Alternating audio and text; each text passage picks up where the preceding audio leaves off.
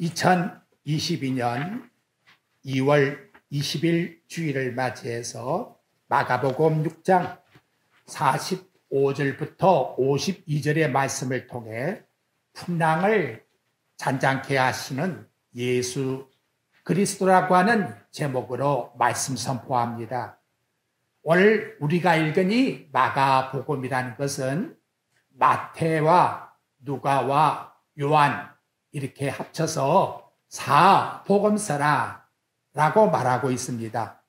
사복음서는 신약 성경의 첫째 그룹에 속하는데 모두 공통점이 복음이라고 하는 단어가 뒤에 붙어 있다 하는 거지요. 그러니까 이 네 권의 책은 누가 누구에게 전하는 복음이다, 그런 뜻을 우리에게 가르쳐주고 있습니다. 예를 들어서 마태복음 그러면 마태가 전하는 복음, 마가복음 그러면 마가가 전하는 복음, 이렇게 되어 있다는 거지요. 그리고 사복음서 가운데에서 요한복음을 뺀 마태, 마가, 누가복음을 가리켜서 공관복음이라 이렇게 칭하고 있습니다. 공관복음이라는 것은 기록자가 예수님의 생애와 사역을 같은 관점에서, 즉 그 초점이 다 공통적으로 오직 복음이신 예수 그리스도를 위해서 기록을 했다라고 하는 내용입니다. 그래서 하나님이 주신 유일한 복음이라는 것은 오늘 사복음서가 전하고 있는 예수 그리스도뿐이시다 하는 사실을 기억해야 되겠습니다. 조금 더 구체적으로 여러분들에게 말씀을 드린다 그렇다면 구약 성경이 총 몇 권? 39권으로 되어 있지요. 그 39권의 모든 말씀이 오다가 한 초점이 와서 딱 접촉하게 된다는 거지요. 그 접촉점에 이르러서의 모든 내용이 사복음서 안에서 간추려져서 우리에게 나타나고 있다, 그 말이에요. 근데 그 사복음서 가운데에서 마태는 예수 그리스도를 어떻게 전하느냐? 자기 유대인의 동족들에게 바로 이분이 구약에서 말하고 있는 우리에게 메시아 왕이시다. 우리 유대인의 참 왕은 가이사가 우리의 왕이 아니고 헤롯이 우리 왕이 아니고 우리가 믿는 예수 그리스도, 이분만이 참 하나님이시다, 왕이시다. 그걸 자기 동족들에게 일러주었다는 거지요.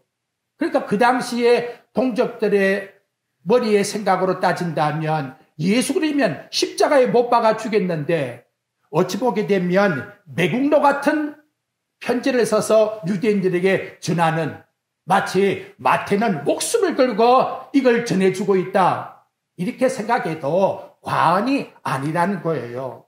그 다음 나타나고 있는 내용의 말씀이 오늘 봉독한 마가복음이 나오고 있지요. 그래서 이 마가복음은 로마에 있는 사람들에게 복음을 전하는데, 이분은 곧 종으로 오신 분이시다, 섬기는 종으로 오신 분이시다, 그것을 소개해 주기 위해서 본문에서 나타나고 있다는 거지요. 로마에는 많은 종들이 있어요. 그들은 노예고 무능합니다. 하지만 마가가 전하는 하나님의 아들 예수는 그런 무능한 종이 아니라 오늘 본문에 나온 말씀같이 풍랑과 바람을 잔잔하게 하시는 전지전능하신 왕이신 그분이 이 땅에 오셔서 종으로 섬기는 분이시다 라고 하는 사실을 이 마가복음에서 나타내주고 있다는 것입니다.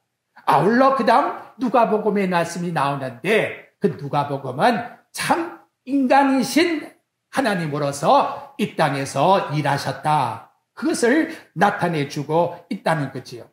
우리 인간은 죄인이지요.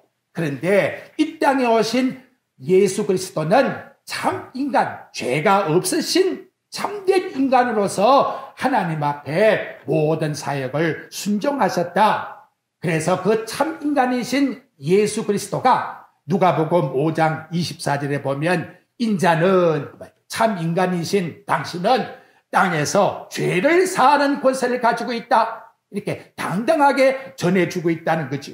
중풍병자에게 너 그 상을 가지고 가라 했더니 즉시 나음을 입었다. 이렇게 만병의 원이시고 또 모든 것을 지배하시는 하나님, 그분은 참 인간으로서 이 땅에 오신 분이다. 그게 누가복음의 내용이라는 거지요. 요한복음이라는 것은 요한복음 1장 1절부터면 태초에 말씀이 계시니라. 그래서 이분이 곧 창세전에 아버지와 함께 말씀으로 계셨던 하나님이시라고 이렇게 우리에게 소개해주고 있다는 것입니다.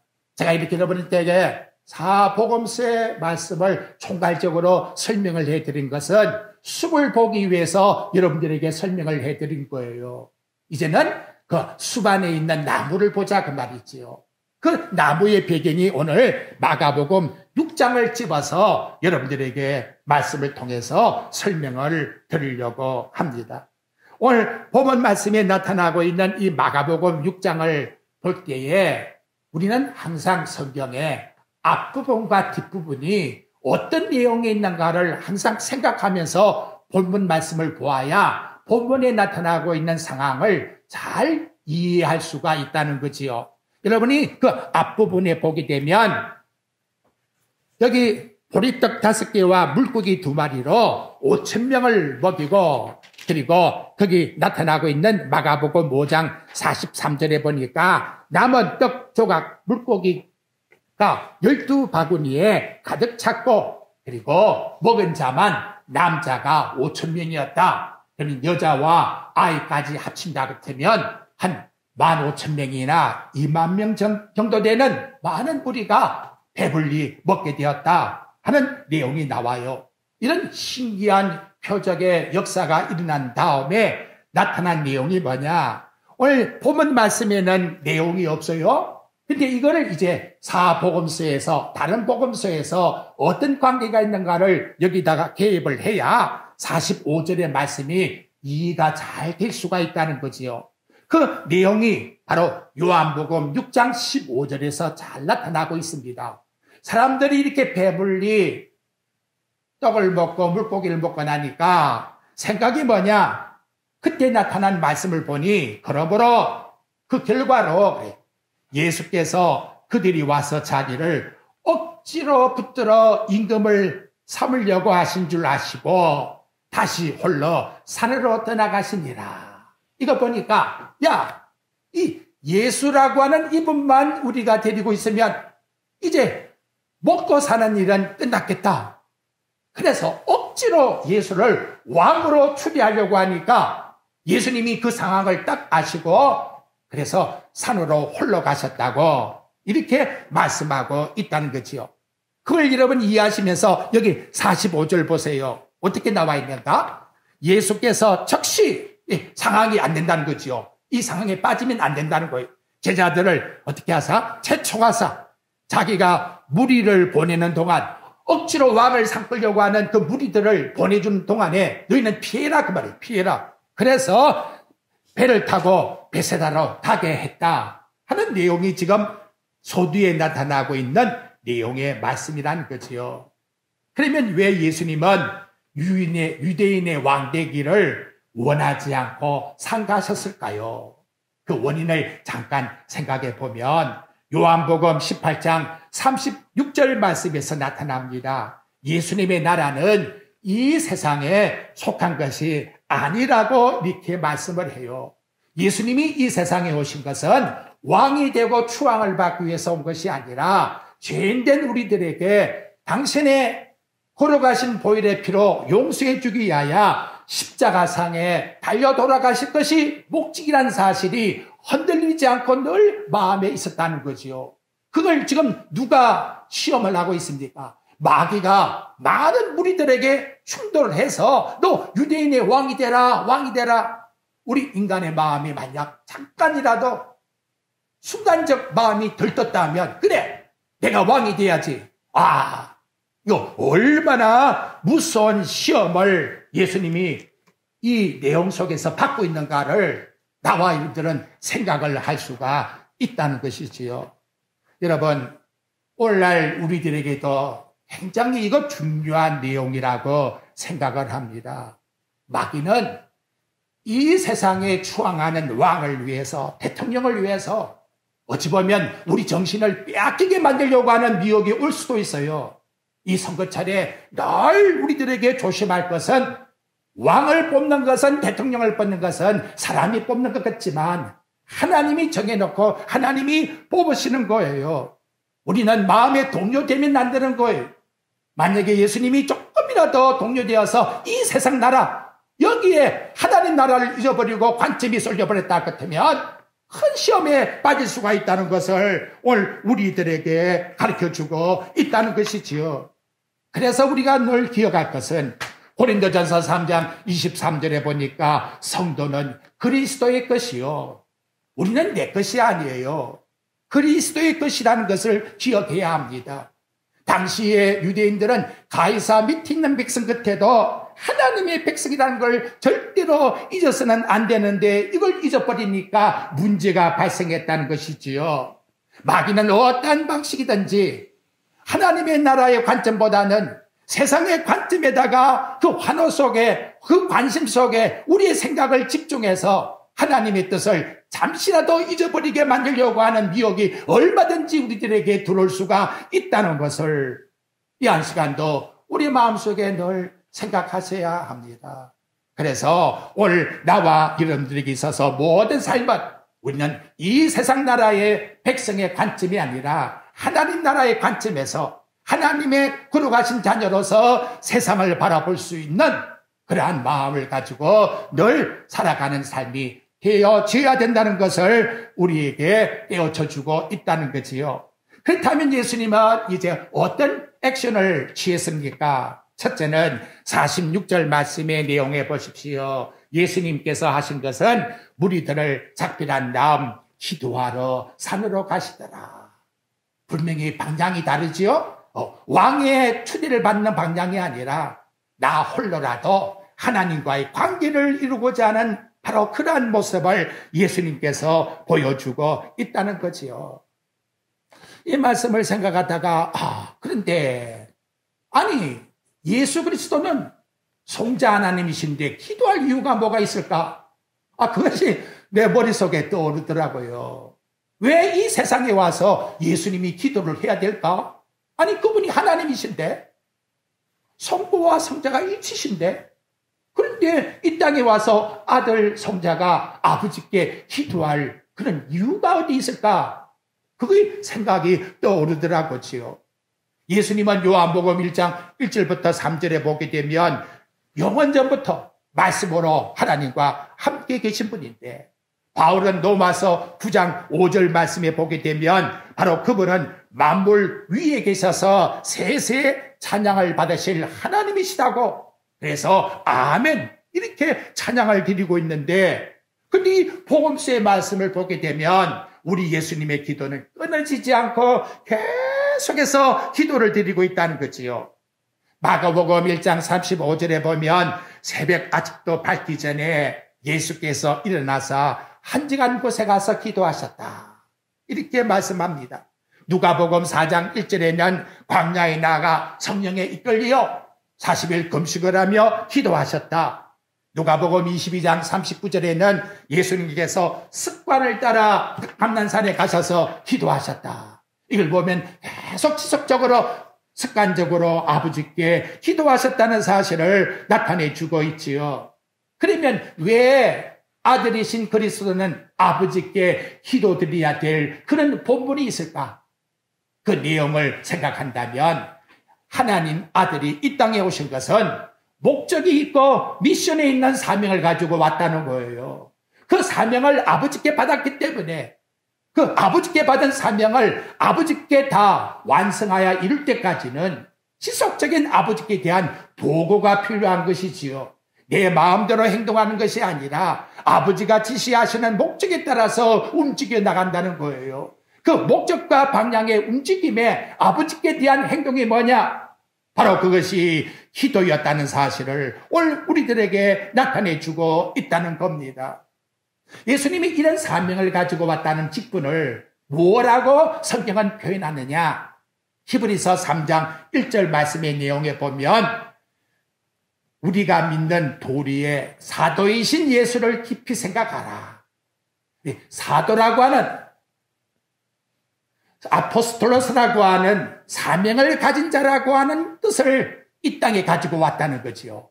그래서 그 사명을 이루기 위해서 아버지 앞에 항상 보고하며 모든 목적에 하나님의 뜻을 생각하며 구했다는 거지요. 그것이 종의 신분으로서 이 땅의 섬김의 모습이다 라는 걸 우리들에게 기도 속에서 보여주고 있다는 거예요.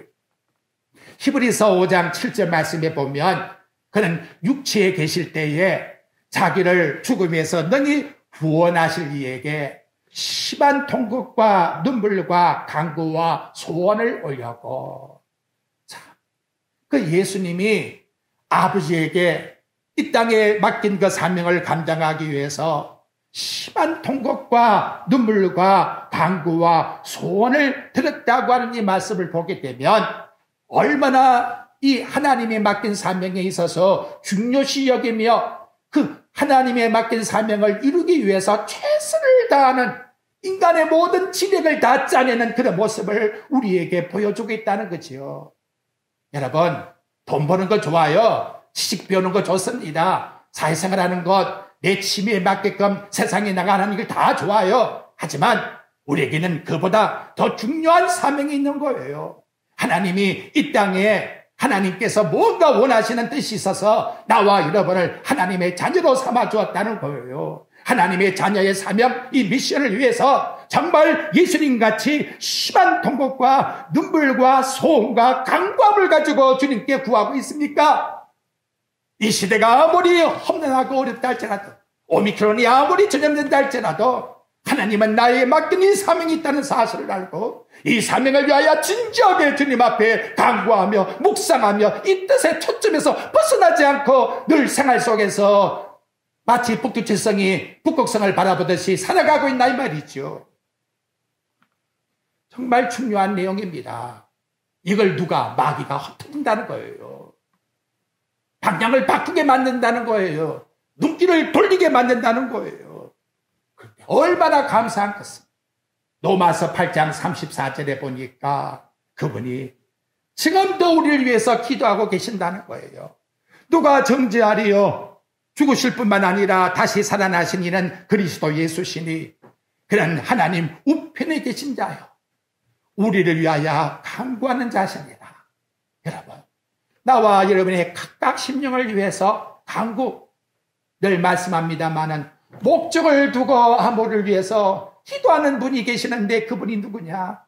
이 땅에 오셔서 심한 통곡과 눈물과 간구와 소원을 들여 우리를 죄 가운데 구원해 주신 그분이 지금도 기도하고 계신다는 거예요. 이것이 나와 여러분을 위한 하나님의 구원 사역이라고, 이것이 섬기는 종의 모습이라고 오늘 우리들에게 나타내 주고 있다는 거예요. 그런데 이 섬김의 사역에 성자 하나님만 하시느냐? 놀라운 것은 로마서 8장 26절에 보니까 성령 하나님도 동일하게 이 사역을 이루고 계신답니다. 성령도 우리의 인야감을 도우시사 우리는 마땅히 기도할 바를 알지 못하나 오직 성령이 말할 수 없는 단식으로 우리를 위하여 친히 간구하시느니라. 내 마음에 내주하신 성령께서 지난 한 주간도 우리는 알지 못하나 하나님의 뜻을 아시기 때문에 그분이 우리의 심령 속에서 기도해 주시는 분이라고 이렇게 일깨워주고 있습니다. 그래서 이 마가복음을 일명 소복음이라, 소 알잖아요. 죽을 때까지 모든 것 다 인간을 위해서 죽어가는 그 소의 모습처럼 우리 인간이 뭔데, 저는 이 말씀을 드릴 자격도 없어요. 내가 뭔데? 천지를 창조하신 하나님 성령께서 지금도 우리를 위하여 간구의 역사를 하고 계신다고 하니 뭐라고 우리 하나님 앞에 말씀을 송구스러워서 드릴 수 있나 이 말이에요. 근데 사도 바울은 자신의 복음의 사역에 이 기도가 꼭 필요하다고, 그래서 에베소 성도들에게 에베소 6장 18절과 19절에 말씀합니다. 모든 기도와 간구를 하되 항상 성령 안에서 기도하고 이를 위하여 깨어 구하기를 항상 힘쓰며 여러 성도들을 위하여 구하라. 또 나를 위해서 기도해다오. 얼마나 겸손하십니까? 바울도 에베소 성도들에게 나를 위해서 기도해다오. 여러분, 이 목회자를 위해서 기도해 주세요. 저는 여러분을 위해서 기도해야 됩니다. 이것이 하나님께서 우리에게 요구하시는 사명이라는 것을 오늘 첫 번째 말씀에서 드립니다. 두 번째, 예수님은 제자들의 모습을 다 보았다는 거예요. 무슨 모습이냐? 자, 먼저 47절 한번 보십시오. 저물매 배는 바다 가운데 있고 예수께서는 홀로 무태 계신다고 말씀하고 있습니다. 그리고 그 다음 48절의 내용에 보니까 바람이 거슬려 갑자기 역풍이 불어왔다는 거예요. 거슬리다면 역방향이 왔다는 거예요. 제자들이 힘겹게 노젓는 것을 어떻게? 뭐 했다? 보시고 이렇게 말씀하고 계신다는 것이지요. 아니 배가 순환 방향으로 바람이 나가야 되겠는데 갑자기 역풍, 거꾸로 바람이 돌풍이 불어오니 바다의 배는 뭐야? 뒤집어질 수밖에 없는 상황에 놓여 있다는 것이지요. 아니 예수님이 가라 이렇게 명령했잖아요. 그런데 예수님이 너 말씀대로 순종해서 너 살아가. 내가 책임져 주마. 그런데 왜 갑자기 우리에게 돌풍이라고 하는 역풍이 불어오냐 그 말이에요.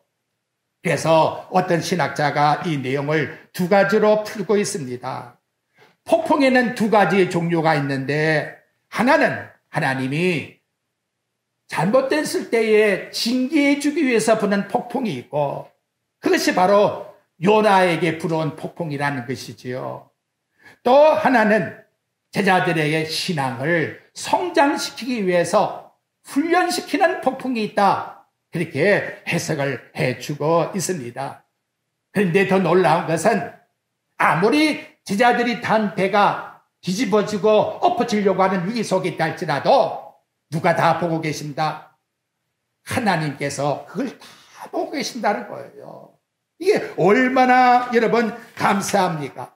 우리 인간의 일거수일투족을 하나님의 아들이 다 보고 계시는 거예요. 힘겨워하는 것. 여기 다시 48절에 나옵니다마는 그 내용에 제자들이 힘겹게 노젓는 것. 그 당시 여러분 제자들이 제일 잘한다고 하면 그 노하우가 뭘까요? 죽음까지 성장하면서 배젓는 노젓는 기술 아닙니까 여러분? 그렇게 기술자들이 아니 그 노를 아무리 잘 지으려고 해도 힘들었다는 거 보니까 얼마나 어려운 상황에 있는가를 우리들에게 보여주고 있지요. 그런데 예수님은 이 모든 상황을 다 보고 계셨다. 근데 예수님이 보고 계신 그 상황에 시간이 언제냐? 여러분 그 48절 중반절에 보십시오. 밤 사경에 그렇게 나와 있죠. 밤 사경에. 그러니까 이 로마 시간으로 사경이란 말을 쓰고 있다는 거예요. 로마 시간은 저녁 6시부터 3시간씩 잘라요. 그래서 밤 9시가 되면 1경, 9시부터 12시가 되면 2경, 12시에서 새벽 3시가 되면 3경, 그리고 새벽 3시에서 6시가 되면 몇 경? 4경. 지금 4경이다 했으니 새벽 3시부터 6시 사이에 있는 시간의 상황이에요. 우리 이런 말 쓰지요. 해 뜨기 전이가 제일 캄캄하고 어둡다. 그런 말을 쓰지요. 이 당시의 내용을 보게 되면 멀리서 보아도 배가 안 보여요. 정말 어렵고 캄캄한 그러한 상황 속에 있다는 것을 강조해 주기 위해서 사경이라고 하는 시간을 쓰고 있다는 거지요. 그럼에도 불구하고 전지전능하신 하나님의 아들은 뭐하고 있다? 다 알고 계신다. 다 알고 계신다. 우리는 주능이더라 지금 두려움 속에 있을지 모르지만 다 알고 계신다. 그것을 오늘 우리에게 말씀을 통해서 나타내 주고 있다는 거예요. 시편 17장 8절에 보니까 나를 눈동자같이 지키고 계신다. 여러분 그렇게 믿으십니까? 시편 139장 12절에 보니까 주 앞에서는 흑암을 숨길 수 없나니 밤이 낮과 같이 빛이 나이다. 이분 앞에 뭘 숨길 수가 있겠는가라는 것이지요. 그래서 예수님은 바람과 물결에 조금도 지장을 받지 않고 어떻게 하시느냐, 그 상황을 아시기 때문에 제가 항상 좋아하는 말씀이지요. 고린도전서 15장 10절에 보면 감당치 못함을 시험을 허락지 아니하시고, 저는 늘 그걸 믿습니다. 아이고 이제 나 죽게 되면 너 감당치 못할 시험 절대로 허락지 않는다. 나 지금까지 살아오면서 그런 상황 못 봤어요. 나 죽는다 하니까 하나님이 더 빨리 반응을 일으킨단 말이에요. 근데 그 반응을 오늘 여기 보니까 진짜 일으켰어요. 뭐냐? 여러분 여기 48절 밑에 하반절 한번 봐요. 바다 위로 걸어서 그들에게 오사, 그 다음 뭐가 나왔지요? 지나가려고 하심에, 그랬지요? 예수님께서 하는데 이 배보다 더 앞질러 나가려고 하는 태도를 취해요. 이 파넬고마이라고 하는 헬라를 보니까 앞으로 앞질렀다 그 말이에요. 앞으로 앞질렀다. 아니 예수님이 배를 탄 제자들 옆에 오면 되겠는데 왜 배 앞으로 앞질렀지요? 뭘 막아? 그렇지요. 그 다가오는 역풍을 예수님이 대신 막아주기 위해서, 이건 제 생각이에요. 그 배보다 앞질러 나아가서 배 앞에서 제자들을 보호해 주었다고 하는 바로 그러한 뜻을 여기에서 우리들에게 나타내 주고 있다. 저는 그렇게 생각을 해보았다는 거지요. 우리 예수님 머리털까지 다 세신바 되었습니다. 여러분 우리 이거 한 가지만큼은 마음에 꼭 간직하십시다. 예배 드리면서 두려움 마음 갖지 마세요. 그것은 하나님께 드리는 온전한 경배의 마음이 아닙니다. 그냥 아기가 어머니 품에 안겨 있는 것처럼 편안한 마음을 가지고 우리 주님이 내 모든 걸 다 보호해 주신다. 바로 그러한 마음을 가지고 우리 하나님 앞에 온전하게 나아가십시다. 2022년도 분명히 세파의 바람은 역풍은 얼마든지 우리 신앙을 연단하기 위해서 몰아칠 수 있지만 그걸 누가 하신다?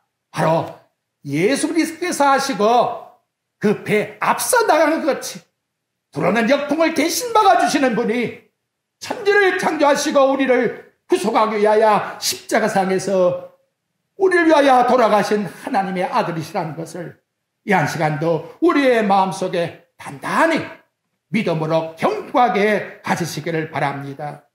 자, 그러면 이제 제자들은 예수님을 볼 때에 어떻게 보았나 이 말이지요. 저나 여러분이나 이 말씀을 보니까 참 마음에 생각할 바가 많아요. 왜? 49절 안 봐요. 49절. 제자들이 그가 바다 위로 걸어오심을 보고 그리고 뭐라고 소리쳤어요? 유령인가 하야 소리 지르니 라고 이렇게 말씀하고 있다는 거지요. 여러분 여기 52절에 성경 저자가 그 뜻을 미리 해석 기록을 해놔요. 마지막에 보니까 그 마음이 둔하여집니다. 아니 몇 시간 전에 장정만 5,000명, 보리떡 5개, 물고기 2마리를 통해서 약 2만 명을 먹이는 그 놀라운 기적과 이적을 보았는데 그건 전혀 생각이 없어. 그리고 뭔가가 탁 나타나니까 바다 위에 걸어오는 자, 세상에 귀신이 아니면 누가 올까? 그래서 소리친 것이 유령이 온다고 소리를 치고 있다는 것이지요. 오늘 나와 여러분 바다 위로 걸어오시는 예수 그리스도 그분을 제자들의 머릿속에는 아직도 뭐 있다? 믿지를 못하고 있다는 거예요. 여러분 마음의 생각이 떠오르면 귀신이 먼저 생각나야 되겠습니까? 솔직히 예수 그리스도가 생각나야 되겠습니까? 우리 한번 생각해 봅시다 여러분. 예수님을 따라다니는 제자들마저도 여기 내용에 보니까 유령이라고 귀신을 소리치고 있으니 이게 얼마나 답답하겠나 이 말이죠. 얼마나 안타까운 신관입니까 여러분. 우리 하나님을 믿는 신관은 똑발라야 돼요. 귀신이 나와 여러분에게 지금 오미크론이 이렇게 전염하게 만들고 있는 거예요. 우리 정확하게 신관을 가지고 바다 위를 걸어오신 그분이 이 세상의 모든 걸 지금도 통치하고 있다는 사실을 우리는 말씀을 통해서 우리 마음속에 꼭 간직하고 기억하며 믿고 나아가셔야 된다는 것이지요.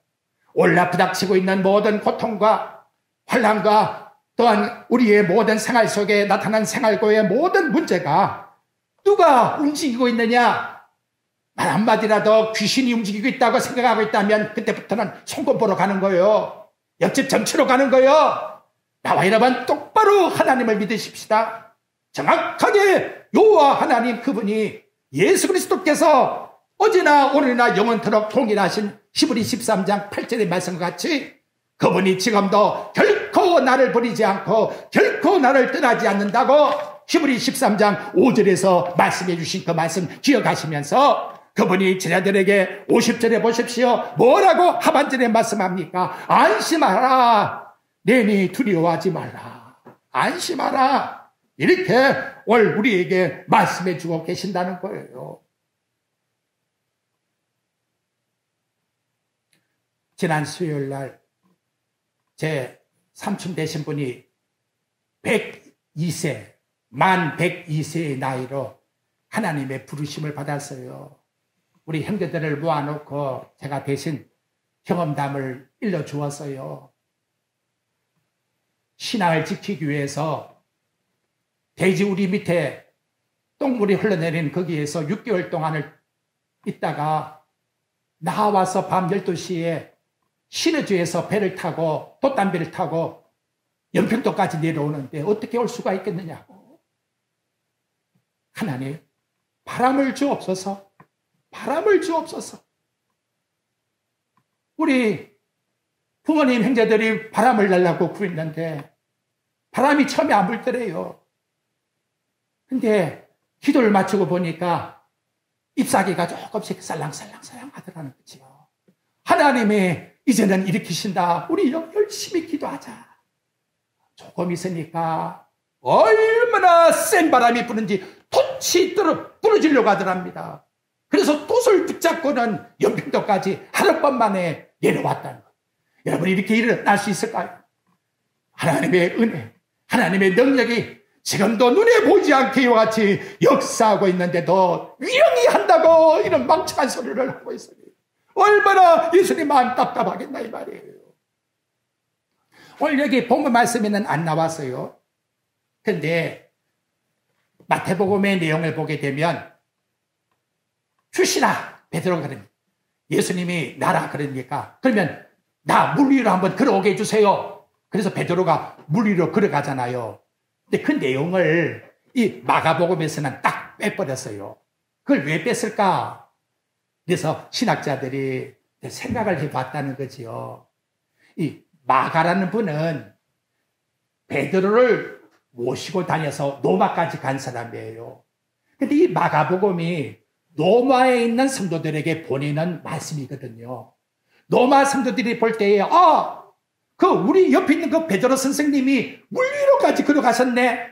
만약 그렇게 해서 관점이 예수님께로 향할 그 모든 그 영적 정신이 만에 하나라도 베드로의 추앙을 받는다 할 것 같으면 이거 안 된다. 그런 의미에서 그 사건만큼은 마가가 뺐다라고 하는 그런 말씀이 있더라고요.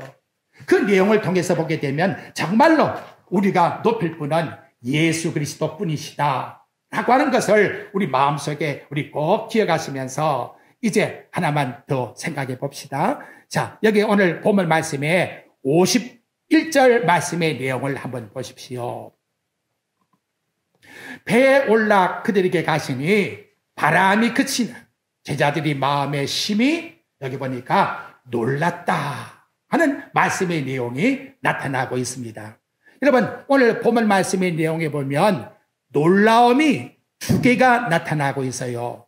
하나는 여기 49절 말씀에 유령이라고 해서 소리 지르는 놀라움. 그때의 놀라움은 타타소라고 하는 헬라어인데 무서움으로 질렸다 그 말이에요. 무서움에. 와 두렵다. 무서움에 질렸다. 그때는 타타소라고 하는 단어를 써서요. 근데 여기 나타나고 있는 밑에 놀라움은 거룩한 경외의 놀라움이에요. 그래서 엑시스텐이라고 하는 단어를 쓰고 있어요. 제가 이 말을 하는 이유는 똑같은 놀라움이라도 놀라움이 다르다는 거지요. 자, 우리 일주일간 살아갈 때에 우리에게서 느끼는 필링의 어찌 보면 놀라움은 어떤 마음을 가지고 살아갈까요? 아이고, 두렵네. 어떻게 살아갈고? 이렇게 두려움에 질색하는 그런 놀라움이 아니고, 정말 누가, 이 작은 빗사공은 예수님이시라. 나와 함께 계신다. 내가 역풍을 맞으려고 하니까 앞질러 가신 분이시다. 그분이 모든 걸 다 보고 계신다. 밤 사경이라 할지라도 내 모든 것을 눈동자와 같이 지키시는 분이시다. 경외한 그 놀라우신 하나님, 그 하나님께 내가 찬양을 드리나이다. 내 마음과 뜻과 정성을 다하여 경배를 드리나이다. 바로 이러한 경외심을 가지는 놀라움을 나와 여러분도 제자들과 같이 이제는 바꿔놓는 사건으로 삼아주었다는 걸 일깨워주고 있습니다. 제자라고 해서 완전하지 못하지요. 차차차차 신앙을 자꾸 바꿔나가지요. 그래서 이번 이 사건을 통해서 하나님 아들이신 그리스도에 대한 경외심, 그 놀라운 믿음을 더욱더 돈독케 하는, 더욱더 향상시키는 성장의 과정이 결론으로 왔다는 걸 가르쳐주면서 오늘 결론의 52절 말씀의 내용에 보니까 그 원인이 뭐냐, 그래. 이렇게 위령이라고 소리쳤던 그 원인이 뭐냐, 오늘날도 내가 아직도 연약해서 소리치는 그 원인이 뭐냐, 이는 그들이 그 떡 떼시던 일을 깨닫지 못하고 예수 그리스도께서 나를 향하신 하나님의 그 놀라운 구원 사역을 잊어버리게 되면 그때부터 내 신앙은 추락해요. 그런데 나를 위하여 하늘 보좌에서 기도하고 계신다는 사실을 여러분들이 늘 생각하시고 마음속에 굳게 다짐하고 믿고 나가면 나와 여러분은 마음이 둔하여지는 것이 아니라 거룩한 경외심을 가지고 오히려 찬양하게 된다는 거예요. 그런데 여러분, 이런 둔함은 누구에게도 있었느냐? 제가 누가복음 24장의 말씀에 31절에 가보니까 엠마로 내려가는 두 제자가 아니 곁에 예수님이 계시는데도 불구하고 예수님 저를 알지 못하더라. 이게 얼마나 안타깝나 이 말이죠. 알지 못하더라. 우리와 함께 계시는 그분이 나와 함께 계신다는 사실을 알지 못하게 되면 두려움 속에 빠져요. 그러나 그분이 예수님이 떡을 떼어서 먹여줄 때에 그의 눈이 밝아짐에 군주라시고 눈이 밝아질 때에, 영의 눈이 밝아질 때에 이 시간도 이 말씀을 선포하는 이유는 우리의 심령의 영혼의 눈이 밝아져서 그분이 우리와 함께 계시고 그분이 바로 우리를 위해서 기도하고 계시는구나. 결론적으로 요한복음 16장 33절에서 말씀합니다. 이것을 너희에게 이른 것은 너희로 내 안에서 평안을 누리게 하려 함이라. 세상에서 너희가 환난을 당하나 담대하라. 내가 세상을 이기었노라. 이 말씀이 지금도 진행형이에요. 우리에게 일깨워져요. 천국 입성하는 그 시간까지 변함없이 우리에게 들려주십니다. 그리고 우리 위하여 하늘 보좌에서 기도하고 계십니다. 그분을 통하여 일주일간도 승리하는 믿음의 생활 속에서 우리는 경이로운 두려움을 가지고 하나님 앞에 당당하게 찬양하며 감사하며 경외하는 나는 주님의 것이요 주님이 나를 보장하고 있다고 하는 확실한 믿음을 가지고 나아가는 나와 여러분의 삶이 꼭 되시기를 주님의 이름으로 축원드립니다.